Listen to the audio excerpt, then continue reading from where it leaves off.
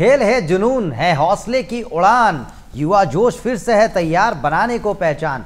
विश्व मंच है और भारत की है बारी, इस बार देखते हैं कौन सा खिलाड़ी दिखाने वाला है अपनी दावेदारी। जी हां दोस्तों, स्वागतम अभिनंदनम आप सभी का आपके पसंदीदा कार्यक्रम खेल पत्रिका में। और मैं हूं आपके साथ आपका दोस्त, आपका होस्ट अजहर। और साथ साथ ये बताता चलूं, वर्ल्ड यूनिवर्सिटी गेम्स 2025 एक खास विश्लेषण आज हम करने वाले हैं। और विश्लेषण खास है तो हमारे मेहमान भी बड़े खास हैं। जी हाँ, मैं बता दूं आपको, पूर्व अंतर्राष्ट्रीय बास्केटबॉल खिलाड़ी और वर्तमान के कोच, और साथ ही साथ उन्हें अगर बधाइयाँ दे दूँ शुरू में तो ज़्यादा अच्छा होगा। जी हाँ, अंडर 16 टीम मालदीव्स में अभी फिलहाल भारतीय टीम को गोल्ड मेडल हासिल हुआ है इन्हीं की कोचिंग में। तो सर, सबसे पहले स्वागत करेंगे आपका राम कुमार जी का, राम कुमार गहलावत जी का। सर, अंतर्राष्ट्रीय बास्केटबॉल खिलाड़ी आप हैं और साथ ही साथ एक और हमारे साथ एक ऐसी एथलीट जो न सिर्फ खेल को खेलती रही हैं बल्कि खेल को समझती रही हैं और समझ की परख को इतना बढ़ा दिया है कि आज एक एडमिनिस्ट्रेटर की भूमिका में इसी वर्ल्ड यूनिवर्सिटी गेम्स 2025 में भारतीय टीम के साथ ऑफिशियली होने वाली है। डॉक्टर रीना पूनिया मैम हमारे साथ है। रीना मैम, आपका भी बहुत बहुत स्वागत है। एक खेल विशेषज्ञ के तौर पे आपसे भी बातचीत होगी। और आप दोनों के स्वागत के साथ साथ सबसे पहले जो सवाल जहन में आता है, और कहते हैं लेडीज़ फर्स्ट, मैम से सबसे पहले पूछना चाहेंगे, वर्ल्ड यूनिवर्सिटी गेम्स हैं, हमारे जो युवा साथी हैं, जो कहते हैं ना कि युवा खिलाड़ी हैं, पूरी तरह से मुस्तैद है, पूरी तरह से तैयार है। क्या लगता है मैम, अब की बार जो पिछली बार के 26 मेडल का जो हमने एक कहते हैं ना कि एक तमगा हमने हासिल किया था, क्या उसे हम पार करने वाले, क्या कहना चाहेंगे? अजहर जी, पिछली बार चेंगडू चाइना में अमेजिंग रिजल्ट्स के साथ भारत लौटा था 2023 में जी, जो कि 7वें पायदान पे था विश्व पटल पे। हम बहुत बड़ा रिजल्ट था। मोदी जी ने भी उनकी बहुत तारीफ करी थी कि जब से वर्ल्ड यूनिवर्सिटी गेम्स चालू हुआ है, भारत ने भाग लेना शुरू किया, तब से 2018 तक हमारे पास टोटल मेडल थे 18 टोटल। और चेंगडू चाइना में जो वर्ल्ड यूनिवर्सिटी गेम्स हुए उनमें टोटल मेडल थे 26। मतलब एक ही बारी में 18 से, मतलब जो टोटल क्यूमुलेटिव 18 थे, अब की बार सिर्फ एक खेल के सीजन में हमारे पास 26 मेडल थे। तो आप देख रहे हैं कि खेलो इंडिया यूनिवर्सिटी गेम्स जब से चालू हुआ है, ग्रेजुअली मेडल टैली बढ़ती जा रही है। एशियन गेम्स में भी देख लीजिए आप, ओलंपिक्स में भी बहुत अच्छा प्रदर्शन रहा है। और उसके बाद जो भी है वर्ल्ड चैंपियनशिप्स में देखें तो हर जगह भारत का बहुत अच्छा रहा है। और इस बार भी हम बहुत अच्छी उम्मीदों के साथ जा रहे हैं और भारत शायद 26 के मेडल टैली को क्रॉस करेगा। हाँ, थोड़ा सा रैंकिंग में भी सुधार करेंगे, पर थोड़ा सा चैलेंजिंग है क्योंकि इस बार हमारे पास शूटिंग नहीं है। पिछली बार शूटिंग में 11 मेडल्स थे, अब शूटिंग चैंपियनशिप में आ गया, जो पहले गेम्स का पार्ट था। जर्मनी में गेम्स का पार्ट नहीं है, चेंगडू में वो पार्ट था। अभी भारत ने उसकी मेजबानी की थी चैंपियनशिप की 2024 में। भारत चैंपियन भी रहा था और हमारे राजस्थान की बच्ची थी यशस्वी राठौड़, उसने 2 मेडल लिए थे। अरे वाह, शूटिंग में तो 2 मेडल के साथ लौटी थी, एक टीम मेडल और एक इंडिविजुअल मेडल। लगभग मैम 304 खिलाड़ी होंगे अब की बार जो कि दावेदारी पेश करने वाले हैं, भारत का प्रतिनिधित्व करने वाले हैं, और लगभग 14 खेल हैं, मैं सही कह रहा हूँ? तो अगर आपको लगता है, जैसे पिछली बार 12 खेल थे और 256 खिलाड़ी थे और उन्होंने मिलकर 26 पदक हमें दिलाए, तो अब तो मुझे लगता है कि खिलाड़ियों की संख्या भी बढ़ गई है, खेल का जो पार्टिसिपेशन है वो भी बढ़ गया है, तो पदकों की जो टैली है वहाँ भी हम थोड़ा से बढ़ते हुए दिखाई देंगे। उम्मीद यही करते हैं। उम्मीद तो बहुत ज़्यादा है कि हम एथलेटिक्स में इस बार बहुत अच्छी उम्मीद है, आर्चरी में है, बैडमिंटन में भी मेडल की संभावना। जैसे कि पिछली बार 3 ही मेडल के साथ लौटे थे हम एथलेटिक्स में, बैडमिंटन में कोई मेडल नहीं था, पर इस बार एथलेटिक्स से हमें संभावनाएं ज़्यादा है। मैम, एक खेल और है जिससे मुझे बहुत संभावना नज़र आती है, क्योंकि हमारे साथ ध्यानचंद अवार्डी कोच साहब हैं हमारे साथ मौजूद। 2003 डॉक्टर APJ अब्दुल कलाम साहब तत्कालीन राष्ट्रपति जी से अवार्ड पाने वाले, और वर्तमान में जो बास्केटबॉल टीम को पूरी तरह से कोच कर रहे हैं, मेंटर कर रहे हैं, हमारे राम कुमार सर। तो Ram Kumar sir, basketball team से हमें बड़ी उम्मीदें हैं, आपको कितनी उम्मीदें, बताइए? यूनिवर्सिटी में जो टीम खेलने जा रही है, टीम अच्छी है, और जो कि ऑल इंडिया यूनिवर्सिटी के अंदर जो मैचेस आपके हुए तो काफ़ी अच्छा स्टैंडर्ड था। सभी जो प्लेयर्स हैं उनके पास काफ़ी हर पोजीशन के आपके पास अच्छे प्लेयर्स हैं हमारे पास। और यूनिवर्सिटीज़, वर्ल्ड यूनिवर्सिटीज़ के अंदर तो ये फर्स्ट टाइम ही पार्टिसिपेट कर रही है, और ये बड़ा अच्छा एक्सपीरियंस होगा सबके लिए खेलने के लिए। काफ़ी इसके लिए एक्साइटेड हैं कि जब इसमें पार्टिसिपेट करेंगे तो, क्योंकि बास्केटबॉल में ऑल ओवर द वर्ल्ड किसी भी लेवल पर आप चले जाएं बहुत टफ कंपटीशन है। 200 देशों में खेले जाने वाला गेम है। बिल्कुल। और हमारी स्टैंडिंग की हम अभी बात नहीं कर सकते हैं, पर शो बहुत अच्छा रहेगा, अच्छा खेलेगी टीम, उसके लिए तो हम तैयारी कर रहे हैं। और राजस्थान का राजकीय खेल है और उस खेल में कहते हैं ना कि कोशिश और उम्मीद, ये तो कहते हैं ना खिलाड़ी के जो पहले पुस्तक पे पहले पन्ने पे लिखे 2 शब्द होते हैं कि कोशिश और उम्मीद तो पूरी रहनी चाहिए, आगे ईश्वर मालिक जितनी एफर्ट हम लगाएं। तो सर लगभग 16 से 27 जुलाई ये पूरा टूर्नामेंट चलने वाला है। ऑफिशियल होने के नाते रीना मैम, आपको तो हो सकता है आपको शायद पहले वहाँ जाना पड़े, लेकिन एक खिलाड़ी और एक कोच की भूमिका में अगर मैं आपसे जानना चाहूँ, 16 जुलाई को आप शायद वहाँ अराइव करने वाले हैं, ओपनिंग सेरेमनी आप अटेंड करने वाले हैं, उसके साथ साथ एक खिलाड़ियों के लिए कितना आसान या कितना मुश्किल होता है वहाँ जाकर वहाँ की जलवायु, वहाँ के क्लाइमेट पे अपने आप को एडजस्ट करना? ऐसे ही जब इंटरनेशनल बड़े कंपटीशन होते हैं, वर्ल्ड लेवल के ओलंपिक्स है, तो उसमें काफ़ी पहले खिलाड़ी लोग जाते हैं ताकि वहाँ के जो भी सर्कमस्टांसेस हैं उससे वातावरण से पूरे से वो कस्टमाइज हो जाए अच्छी तरह से, और वो बहुत ज़रूरी चीज़ भी है।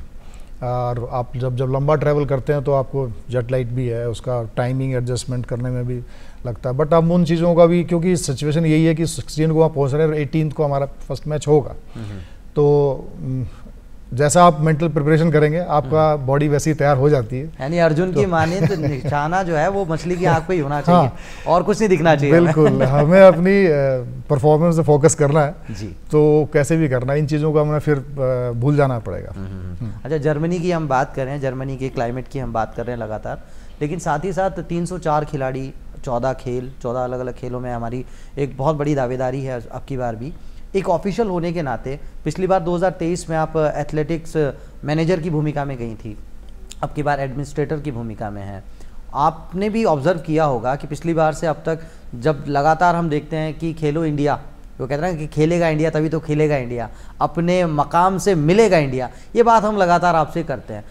एक बहुत ज़बरदस्त बदलाव हमें देखने को मिला है उस पर्टिकुलर, एक कहते हैं कि वो जो खेल से जो खेप तैयार हो रही है, नया जो टैलेंट हमें हासिल हो रहा है, उससे लगातार हमारा परफॉर्मेंस तो अच्छा हो ही रहा है, लेकिन साथ ही साथ एक हेल्दी कंपटीशन भी, वो जो एनवायरनमेंट है वो भी क्रिएट हो रहा है। रियाना मैम, आपसे जानना चाहेंगे कि आपको क्या लगता है कि वो कितना कारगर अब की बार साबित होने वाला है?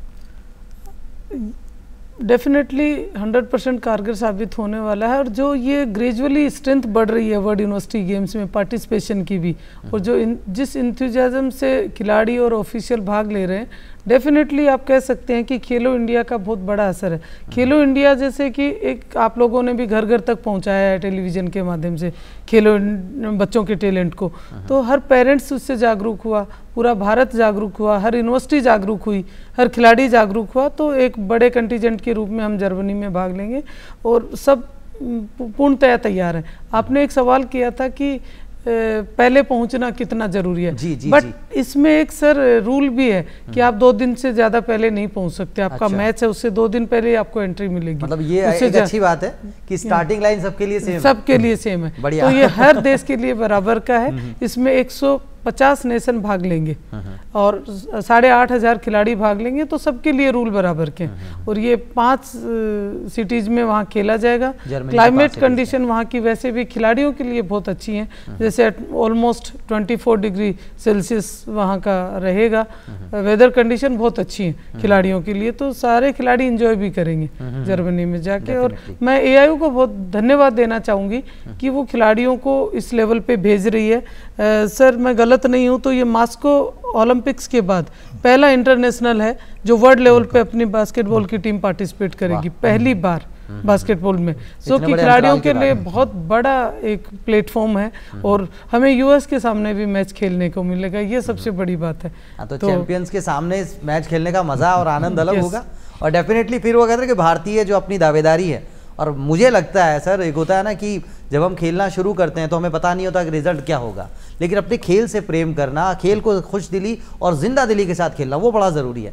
सर आपसे जानना चाहेंगे, खुद आप एक खिलाड़ी भी रहे हैं, और मैं अगर गलत नहीं हूँ 1977 से आपने खेल का जो पदार्पण किया, उसके बाद में आप कप्तान भी रहे, कोच भी रहे और अलग अलग भूमिका में रहे। रेलवेज़ के लिए भी आप खेले, रेलवे से आपको रेलवे मिनिस्टर अवार्ड भी आपको मिला, तो ये अपने आप में बड़ा मतलब ये कहते हैं कि ऐसा एक सफ़र रहा है, और अब वो सफ़र वर्ल्ड यूनिवर्सिटी गेम्स तक आ गया है। सर आप ही की तरह वो कहते हैं कि जब 77 में आपने शुरुआत की होगी, वैसे ही एंथुजियाज्म के साथ खेलने वाले खिलाड़ी आपको नजर आते होंगे। सर क्या आपको लगता है अपने अनुभव से, क्या कुछ ऐसा है या यूं कहें कि राम कुमार जी क्या रामबाण बताने वाले हैं यहाँ से जो बच्चों को मेंटली और थोड़ा सा स्ट्रॉन्ग कर दे? क्या कहना चाहेंगे सर? देखो, हमारी जर्नी जब स्पोर्ट्स में स्टार्ट हुई थी बास्केटबॉल में, मेरे फादर साहब खुशीराम जी खुद अर्जुन अवार्डी बास्केटबॉल के, one of the best player of Asia in his playing days. तो उन्हीं से प्रेरणा लेकर के और गेम शुरू किया, उन्होंने ही हमें सिखाया और उन्होंने हमेशा मार्गदर्शन दिया। और जैसे जैसे आगे बढ़ते रहे, एक ही खिलाड़ी कई कोचेस के अंडर में जाता है, कई अलग अलग सर्कमस्टांसेस में होता है। तो जैसे कोटा से हमने स्टार्ट किया, मेरे पास ज़्यादा अच्छी बात ये थी कि वहाँ श्री राम रेवंस की एक कंसर्न है, उसकी कोटा में टीम बनी थी बास्केटबॉल की और बहुत ही अच्छी टीम थी, वो इंडिया की टॉप टीम थी। उन प्लेयर्स के साथ में मुझे प्रैक्टिस करने का मौका मिला। वाह। तो मैं बात वही करता हूँ कि आपको किस कंपटीशन में आप प्रैक्टिस कर रहे हो, आपसे बेटर प्लेयर्स से कंपटीशन में आप प्रैक्टिस करेंगे तो आपको ही फ़ायदा उसमें होने वाला। तो ये फ़ायदा हमें रहा, फिर कंटिन्यूटी रही, लगातार जो है ना अपने करते रहे। फिर डिसिप्लिन, ये सब फादर साहब की सिखाई हुई चीज़ें हैं। डिसिप्लिन तो हर चीज़ का जो है ना एक बेस है, उसके बिना आप भी सर आगे बढ़ते ही नहीं। पास अनुशासन होगा उसी का तो शासन होगा। सही बात है, खिलाड़ी के लिए तो कहा भी जाता है। जी सर। तो खेलते रहे, राजस्थान में जो है ना मैंने 83 में फिर इनकम टैक्स ज्वाइन किया था जयपुर के अंदर, 3-4 साल यहाँ खेला हूँ। फिर 85 में इंडियन टीम में आ गया था मैं। और फिर रेलवेज़ में 87 रेलवेज़ से ऑफर आया तो रेलवेज़ मैंने ज्वाइन की थी। उसके बाद हम लगातार 7 इयर्स तक मेडल चैंपियन रही इंडियन रेलवेज़ नेशनल चैंपियनशिप में, और इंटरनेशनल हमारे अलग से चलते रहे। वर्तमान में जिस तरह की कोचिंग आप दे रहे हैं, बच्चों को पता है कि हमारे साथ में एक ध्यानचंद अवार्डी जो हमारे खुद के कोच हैं, और इतने बड़े पटल पे कैसे खेलना है, कैसे मेंटली अपने आप को वो कहते हैं कि काम एंड कंपोज रखना है, वो ठहराव कैसा होना चाहिए, या कहते हैं कि मानसिक रूप से संबल या अपने आप को कितना ताकतवर रखना है। सर उसके लिए कोई रामबाण आप बता दें तो मज़ा ही आ जाए। देखिए, बास्केटबॉल की बात करूँ तो ये आपका 20 to 30% ही फिजिकल है, 70 to 80% मेंटल है। अरे वाह। हमें तो लगता है इतने लंबे लंबे खिलाड़ी जो है आप फिजिकल स्ट्रेंथ चाहिए। भाई लंबे प्लेयर आप लिए ही, लेकिन उसके रिएक्शन ही अच्छे नहीं है तो क्या कहा, रिफ्लेक्शंस नहीं है तो वो नहीं कर पाता है ना। हमने भी अभी मणिपाल यूनिवर्सिटी में बहुत 7 फीट का प्लेयर लिया था, मैडम ने गुजरात से जो है ना उसको बुलाया था यहाँ पर, बट उसकी प्रॉब्लम वही है। हालांकि अगले लॉन्ग टर्म में तैयार हो जाते हैं प्लेयर, बट ये है कि उसके साथ साथ ये भी चाहिए, तो मेंटल प्रिपरेशन आपकी बहुत अच्छी होनी चाहिए। टफनेस ये बहुत ज़रूरी है। अब बास्केटबॉल गेम जब से हमने स्टार्ट किया तो अब इतना ज़्यादा फिजिकल कांटेक्ट बहुत ज़्यादा हो गया है ना, जिसमें डायरेक्ट आपका क्लैश है, तो उसके अंदर आपको फिजिकली तो अच्छा होना ही चाहिए। बट जब इंटरनेशनल की बात करेंगे तो इसी लेवल के आएंगे सब, फिजिकल तो सबकी बराबर है, पर किसकी ऐसी प्रिपरेशन है, कौन टफ है, अब ऐसी सिचुएशन मिलती है ना, तो उसके अंदर कौन निकाल पाता है अपने आप को, तो वो तो मेंटल टफनेस से ही होता है। अच्छा सर, अभी हाल ही में 11 से 15 जून गोल्ड मेडल इंडिया की टीम हासिल करती है, अंडर 16 बास्केटबॉल की जो टीम है, तो सर अपने आप में पहले तो आपको बधाई में दे दूं, लेकिन सर साथ ही साथ अभी जो वर्तमान की आप टीम देख रहे हैं जो यूनिवर्सिटी गेम्स के लिए जा रही है, इस टीम से आपको कितनी उम्मीदें हैं, क्या लगता है आपको? देखिए, टीम शो अच्छा करेगी, उसमें डाउट नहीं है। हालांकि कैंप इनका प्रैक्टिस कैंप ज़्यादा लंबा नहीं रहेगा, करीबन 2 वीक्स का है, बट इंडिविजुअल प्रैक्टिस इनकी अपनी रही है, और जो भी अब कैलिबर है उसको हमने अभी शॉर्ट पीरियड में कंबाइंड ही करना है। एज ए टीम उनको तैयार करेंगे। और सर राजस्थान से और ख़ास तौर से जयपुर से भी कुछ खिलाड़ी सेलेक्ट हुए हैं? हाँ बिल्कुल। तो सर उनके बारे में बताएं थोड़ा। राजस्थान से खुशी होती है। जो टॉलेस्ट प्लेयर अभी खेलेगा और बड़ा अच्छा भी, ईशान जो इंडियन टीम में भी खेला है, वो ईशान जो है ना वो 6'9'10" के करीब उसकी हाइट है। वाह। और हाँ बहुत अच्छा वो खिलाड़ी भी है, इंडियन टीम में भी अभी आ रहा है, वो जूनियर में खेला है, तो वो राजस्थान से है। लोकेश वो इंटरनेशनल है। ये सब वो लोकेश वगैरह जो है वो मेरे साथ अंडर 16 की टीम में 23 में थे, मैं उसमें भी कोच रहा हूँ इंडियन टीम 2023 जिससे पहले हुआ वर्ल्ड यूनिवर्सिटी गेम्स। जी। तो राजस्थान के और प्लेयर भी है, दूसरा एक अंशुल जो है पंजाब यूनिवर्सिटी से खेला है, तो अलग अलग यूनिवर्सिटीज से खेले हैं राजस्थान के प्लेयर काफ़ी हैं, रोज अभी अब इंडियन टीम में जा रहे हैं। और उसके अलावा यश यश। यहाँ का अपना जयपुर का ही लड़का है, राजस्थान यूनिवर्सिटी से है, वो इसमें सिलेक्ट हुआ है। तो यश और जो आप बता रहे हैं जितने भी नाम हैं और एंटायर टीम, हम ये अगर कहेंगे जी- यशस्वी भव और जीत जाएं, और जीत के बाद वो कहते हैं कि हमें मौका दें कि हम टोटल- सेलिब्रेट कर सकें। टोटल 12 की टीम में से 7 राजस्थान से राजस्थान के, हाँ, बिलोंग करेंगे। वो भी जो राजस्थान ना, की यूनिवर्सिटी हमारा से, राजकीय खेल है। जैसे 4 मणिपाल यूनिवर्सिटी जयपुर से हैं, एक यूनिवर्सिटी ऑफ राजस्थान से हैं, 2 कोटा यूनिवर्सिटी से, एक 3-on-3 में खेलेगा और एक 5-on-5 में खेलेंगे। एंड सबसे टॉलेस्ट खिलाड़ी जैसे सर ने बताया है कि मोहम्मद ईशान, जो कि सर मैं ऐड करना चाहूँगी, जो एशियन गेम में 8 साल बाद भारत ने एशियन चैंपियनशिप के लिए क्वालिफाई किया था, एशियन कप, उसमें मोहम्मद ईशान और लोकेश दोनों खेल चुके खेले हुए हैं। हैं, तो अनुभव भी अच्छा है। हम बात अगर करें, हाँ। मैम यहाँ मैं आपसे जानना चाहूँगा, यूनिवर्सिटी गेम्स का एक ध्येय है इसके आयोजन का, वो ध्येय है कि शिक्षा और खेल, इसका एक संतुलन आपकी ज़िंदगी में होना चाहिए। अभी थोड़ी देर पहले ही जब सर से मेरी मुलाकात हुई तो हमारा पहला डिस्कशन ये चल रहा था कि एक ना एक खेल ऐसा होना चाहिए जो आपकी ज़िंदगी में हमेशा हो, जिसकी वजह से आपको खेलना, सीखना और जीतना सब कुछ आए। तो मैम आपसे ये जानना चाहूँगा, जो इस ध्येय को वर्ल्ड यूनिवर्सिटी गेम्स लेकर चलता है, आप भी एक बड़ी यूनिवर्सिटी की खेल निदेशिका हैं, तो वहाँ आपको लगता है कि ये जो ध्येय है इसमें पूरी तरह से हमें भी अब इन्वॉल्वमेंट हमारी होनी चाहिए? यस, आप अजर जी देखते हैं कि विश्व पटल पे जो 80% मेडल्स हैं ना, जो टॉप 10 कंट्रीज की बात करें तो 38% जो मेडल्स हैं वो यूनिवर्सिटी सेक्टर के द्वारा जीते जाते हैं, और यूएस की इन लोग देशों की बात करें तो 80% मेडल यूनिवर्सिटी सेक्टर के खिलाड़ियों द्वारा जीते जाते हैं। तो जब तक खेल और पढ़ाई दोनों एक दिशा में नहीं चलेंगे तब तक हम ओलंपिक्स में बहुत ज़्यादा मेडल जीतने की बातें नहीं कर सकते।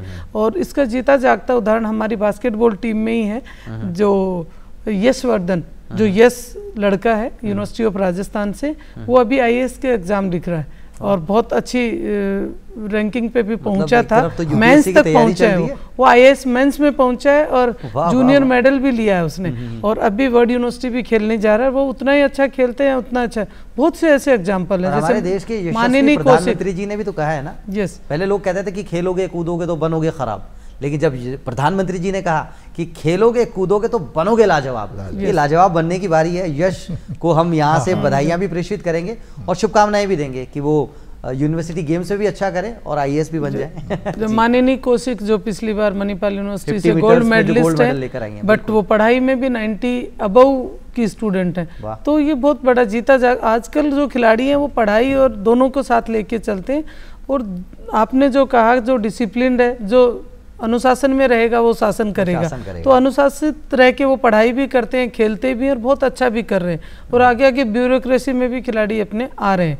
और मुझे ऐसा लगता है भी, एक मनोवैज्ञानिक तथ्य भी है, ये जो शरीर है ना, इसका ख्याल रखना। आज हम देखते हैं कि लोग फिटनेस फ्रीक हुए पड़े हैं, कोई अपने अपने तौर पे पता नहीं क्या क्या कर रहा है। योग, जो इंटरनेशनल योग डे हमने अभी बनाया है जस्ट रिसेंटली 21 जून को, हम देखते हैं कि फिजिकल एक्टिविटी को लेकर सब बहुत संजीदा है, लेकिन लोग इसके साथ साथ अगर उसी फिजिकल एक्टिविटी को खेल के रूप में परिवर्तित कर ले या उसका मज़ा या आनंद लेना शुरू कर दें, तो मुझे लगता है रिफ्लेक्शंस और स्ट्रांग हो जाएंगे। तो दो खिलाड़ियों ने तो इस बात पे मोहर लगा दी है, इनकी मुस्कुराहट बता रही है। सर, आपसे जानना चाहेंगे, टीम पूरी तरह से तैयार है, टीम पूरी तरह से मुस्तैद है, इसके साथ साथ सर एज अ कोच क्या लगता है, क्या कुछ चुनौतियाँ जिनका सामना आपको करना पड़ता है और फिर उन चुनौतियों से पार कैसे पाया जाए? क्योंकि अगर मैं गलत नहीं हूँ, आपने एडमिनिस्ट्रेटर की भूमिका भी निभाई है, तो सर वो मैं आपसे जानना चाहूँगा।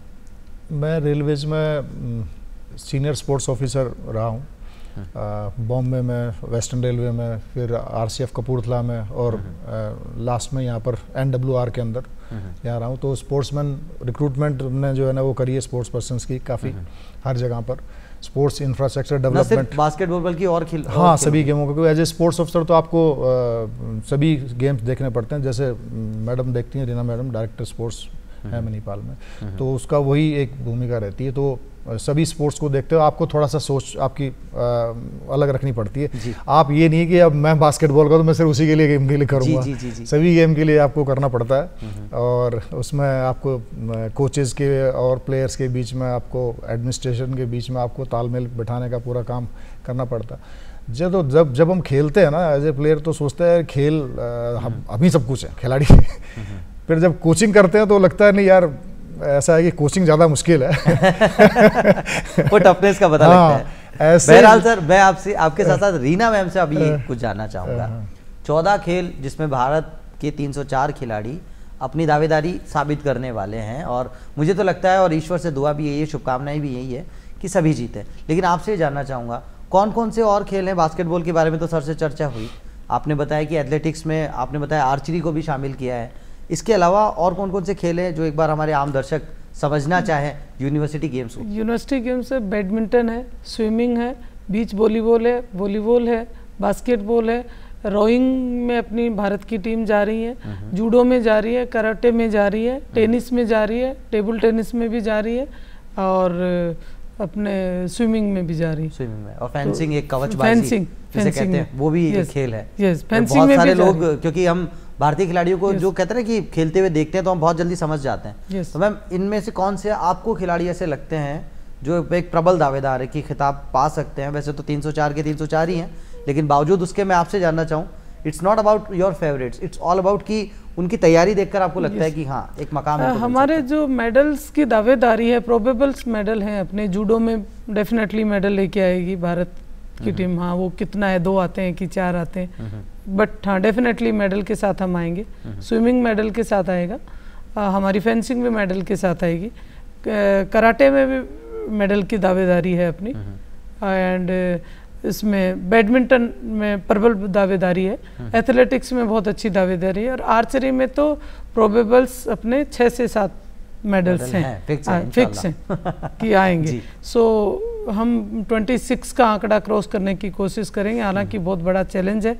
क्यों कि इस बार हमारे पास शूटिंग नहीं है। शूटिंग भारत का बहुत अच्छा है, पिछली बार 11 मेडल हमने बट मैं एसोसिएशन ऑफ इंडियन यूनिवर्सिटीज़ का, भारतीय यूनिवर्सिटीज़ का धन्यवाद देना चाहूँगी कि उन्होंने खिलाड़ियों को तैयार किया वहाँ तक भेजने का, और स्पेशली बलजीत सिंह सेखो जो जॉइंट सेक्रेटरी हैं AIU के, उन्होंने 2019 में ज्वाइन किया था AIU। उसके बाद इंटरनेशनलाइजेशन बहुत बढ़ गया यूनिवर्सिटी सेक्टर में, तो उनको भी मैं धन्यवाद देना चाहूँगी। उनकी भी बहुत हार्ड वर्क है, मेहनत है, उनका विजन है जिसके साथ भारत जा रहा है, और एक अच्छी मेडल टैली के साथ लौट के आएगा। एक तरफ ध्यान वापस आपका ले जाना चाहूँगा, उभरते हुए खिलाड़ियों को मंच देने की बात जब खेलो इंडिया करता है, और साथ में यूनिवर्सिटी गेम्स जैसे एक बहुत बड़ा एक आयोजन होता है, और अगर मैं गलत नहीं हूँ ओलंपिक के बाद दूसरे नंबर पे ये वो ऐसा आयोजन है जिसमें 150 से अधिक देशों के खिलाड़ी जो हैं वो पार्टिसिपेट करते हैं। लगभग 8,500 9,000 के आसपास खिलाड़ी पार्टिसिपेट करते हैं। एक मतलब ऐसा लगता है कि मिनी ओलंपिक अगर मैं कहूँ तो गलत नहीं होगा,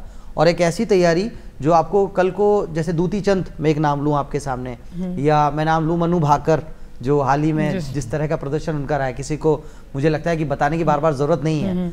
ये सब खिलाड़ी भी जो एक ऐसी खेप जो निकल कर आए हैं यूनिवर्सिटी गेम से ही, तो ये अपने आप पे कहते हैं कि जीत से पहले जीत की तैयारी आप कर लेते हैं। वो हमारे यहाँ राजस्थानी कहावत है ना, पूत के पग पालने में नजर आते हैं, तो ये वो शायद वो पालना है जहाँ पर खुद को संभालना है। तो आपकी ज़बानी जानना चाहूँगा, उभरते हुए खिलाड़ियों को मंच देने की जब बात की जाती है, क्या प्रतिक्रिया आपकी आती है? क्या कुछ और इसमें आप चाहती हैं कि और इंक्लूड होना चाहिए? भारतीय जो एक दृष्टिकोण से आपसे जानना चाहूँ। यूनिवर्सिटी सेक्टर एक बहुत बड़ा प्लेटफॉर्म है एजुकेशन सेक्टर, क्योंकि बच्चे को एजुकेशन के लिए एजुकेशन सेक्टर में, स्कूल में, कॉलेज में जाना पड़ेगा, तो वहाँ पे सरकारों का भी पूरा फोकस होना चाहिए कि ये खिलाड़ी पूरे कंफर्ट जोन में तो हैं। जैसे आपने पिछली बार देखा होगा, मनु भाकर मेडल लेके आई थी वर्ल्ड यूनिवर्सिटी गेम्स में, दूती चंद जो कि नेपोली में हुआ था वर्ल्ड यूनिवर्सिटी गेम्स में मेडल एज ए स्प्रिंटर लेके आई थी, ट्रैक एंड फील्ड का पहला मेडल उसने हासिल किया था। एंड आरसी चौकसी पिछली बार मेडल के साथ लौटी थी, जो ओलंपियन है अपनी। बहुत सारे ऐसे खिलाड़ी हैं जो यूनिवर्सिटी सेक्टर से निकल के आते हैं, तो सरकार को भी और आम एडमिनिस्ट्रेटर को भी इस बात का ध्यान रखना चाहिए कि वो कंफर्ट जोन में है, उनकी एजुकेशन वहाँ प्रॉपर हो रही है, उनको कोई हरासमेंट, किसी टाइप का हरासमेंट इन द सेंस कि एक तरफ आपकी एकेडमी चल रही है, एक तरफ आपकी एजुकेशन चल रही है, तो दोनों में तालमेल प्रॉपर हो रहा है कि नहीं। उनको टेबल टू टेबल भटकना नहीं पड़े ऐसे खिलाड़ियों को कि भाई वो अटेंडेंस के लिए भाग रहे हैं, वो एग्जाम के, उनकी एग्जाम की भी स्पेशल एग्जामिनेशन की पॉलिसी सरकार को बनानी चाहिए, जो यूनिवर्सिटी सेक्टर को बाई चॉइस और बाई फोर्स उनको अडॉप्ट करनी पड़े ऐसे खिलाड़ियों को। अगर ऐसा हो गया तो भारत को ओलंपिक्स मेडल लेने से कोई नहीं रोक सकता। जब मास पार्टिसिपेशन बढ़ेगा तो ऑटोमेटिकली मास पार्टिसिपेशन से स्टूडेंट निकल के आएंगे, क्योंकि एक यूनिवर्सिटी सेक्टर के पास जहाँ यूथ रहता है वहीं आप मेडल की बातें करते हैं, और जब वहाँ पार्टिसिपेशन होगा तो वहाँ पैसा भी है और सब कुछ है, बट कमी है तो एक बना सकते हैं उस दिशा में। वहाँ इनबिल्ट एकेडमी चालू करें, जैसे सरकार की बहुत अच्छी स्कीम्स हैं, टैलेंट सर्च स्कीम्स हैं, एक्सीलेंस स्पोर्ट्स एक्सीलेंस की जो भी है, तो वो यूनिवर्सिटी सेक्टर के अंदर चालू होनी चाहिए, ना कि एक अलग जैसे एकेडमियाँ चल रही हैं, साई की भी है, सब एकेडमीज को एक यूनिवर्सिटी सेक्टर के अंदर चालू होना चाहिए, ताकि वहाँ से उभरते हुए सितारे निकल के आएं। जैसे और मनु भाकर भी निकलेंगे मैम, और आप जैसे लोग जब लगातार मेहनत करेंगे, एक चैंपियन टीम के कोच हमारे साथ हैं, और हम उन्हें दोबारा से, पहले तो हमने बधाई दी, अब की बार हम आपको शुभकामनाएं देंगे, और इसी उम्मीद के साथ आप दोनों से कहेंगे as an administrator, as a coach, आप दोनों जो जर्मनी जा रहे हैं, और जर्मनी में भारतीय तिरंगा और जो हम कहते हैं कि वो पोडियम फिनिश की जो तैयारी हम करके जा रहे हैं, वो तैयारी वैसी ही हो, और जैसा कि हम हमेशा कहते हैं, खेलेगा इंडिया तभी तो खिलेगा इंडिया, अपने असली मकाम से मिलेगा इंडिया। जिस भारत देश में हम कहते हैं ना कि मेडल्स की तैयारी करते हैं, वो मेडल्स की तैयारी पूरी होगी, और निश्चित तौर से यही मंच होगा जहां हम एक बार फिर से मुलाकात करेंगे और सेलिब्रेट करेंगे उत्साह के साथ। तो आप दोनों का बहुत बहुत धन्यवाद, आप आज इस मंच पे आए, बड़ी खूबसूरती के साथ में वर्ल्ड यूनिवर्सिटी गेम्स के विश्लेषण हमने बहुत बाखूबी किए। तो रामकुमार सर आपका बहुत बहुत धन्यवाद, डॉक्टर रीना पूनिया मैम आपका ही बहुत बहुत धन्यवाद। और दर्शकों, आप सबको ये बताता चलूँ, वर्ल्ड यूनिवर्सिटी गेम्स और साथ ही साथ जिस तरह का ये पटल है, आप सबकी भी शुभकामनाएं होनी चाहिए हमारी टीम के साथ, 304 खिलाड़ियों के साथ, और फिर यही खेल पत्रिका का मंच जहां हम करेंगे एक बार फिर से उत्साह के साथ उत्सव मनाएंगे जीत का। तब तक के लिए दीजिए इजाजत, और अगले अंक पे फिर करेंगे आपसे मुलाकात। धन्यवाद।